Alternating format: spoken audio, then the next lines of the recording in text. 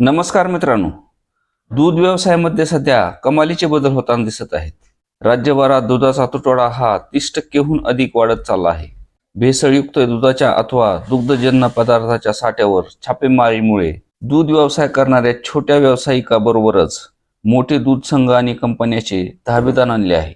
पण एवढे सगळे होऊनही शेतकऱ्याच्या दुधाला भाव का वाढत नाही किंवा एवढा दुधाचा महापूर जो की भेसळीचा येत होता तो आटोक्यात येऊनही दुधाचा भाव हा का वाढेना झालेत, याचीच संपूर्ण माहिती आज आपण घेणार आहोत. आजपर्यंत पाहिले तर दूध कंपन्या, दूध संघ, पशुखाद्य कंपन्या या दुधाचे उत्पादन घेणाऱ्या आणि प्रत्यक्ष गोट्यात राबणाऱ्या शेतकऱ्याची पिळवणूक करताना दिसत होत्या. शेतकऱ्यांचे दूध संकलन करून घेऊन त्यामध्ये भेसळयुक्त दूध मिक्स करून आणि त्याच शेतकऱ्याला भेसळीचा आरोपी करून खूप मोठी लुबाडणूक केली जात होती आणि दूध उत्पादकाला बदनामही केले जात होते. पण आता राज्यभरात चाललेल्या भेसळ विरोधी कारवाईमध्ये त्यांचे पितळ उघड झालेले आहे आणि दुधाचा तुटवडा निर्माण झाला आहे.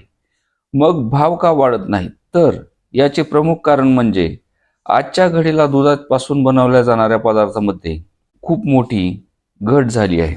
पनीर सारखे पदार्थ किंवा खव्यासारखे पदार्थ भेसळीच्या भीतीने नागरिकांनी खाणे बंद केले आहे किंवा कमी केले आहे.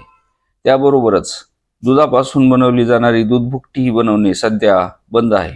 दुग्धजन्य पदार्थ बनवणे कमी करून या दूध कंपन्यांनी दुधाची भेसळ उघड होऊ नये म्हणून घेतलेली काळजी असेही म्हणता येईल. कारण प्रत्यक्ष नागरिकांना दूध कमी पडले तर त्यांचे पितळ उघडे पडेल आणि या संघाचा किंवा कंपन्याचा भेसळीचा कारभार उघडा पडेल. म्हणून नागरिकांना दूध कमी पडू नये यासाठी काळजी घेतली जाते आणि म्हणून शेतकऱ्याच्या दुधाला भाव एवढा तुटवडा असूनही वाढत नाही. हे प्रमुख कारण आहे. 15 जून रोजी अमूल या दूध संघाने 2 रुपये प्रति लिटर भाव वाढवले. पण इतर कोणत्याही संघाने आज महिना होत आला तरी भाव वाढवले नाहीत. एखाद्या संघाने वाढवले असतीलही, पण आजच्या तुटवड्याप्रमाणे जर भाव पाहिला तर 50 ते 52 रुपये प्रति लिटर असायला हवा होता. पण हे दूध संघ त्यांच्या भेसळीचे भांडे लपवण्यासाठी दुग्धजन्य पदार्थाचे उत्पादन कमी करून दुधाचा तुटवडा नाही असे दाखवत आहेत आणि दूध उत्पादक आणि प्रशासन दोघांचेही दिशाभूल करत आहेत.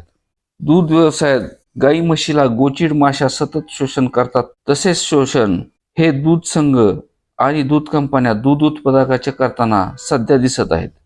शेतकऱ्याच्या दुधाला किमान 60 रुपये भाव देतील आणि त्यांचे शोषण थांबवतील हीच भोळीभाबडी अपेक्षा करूया. धन्यवाद.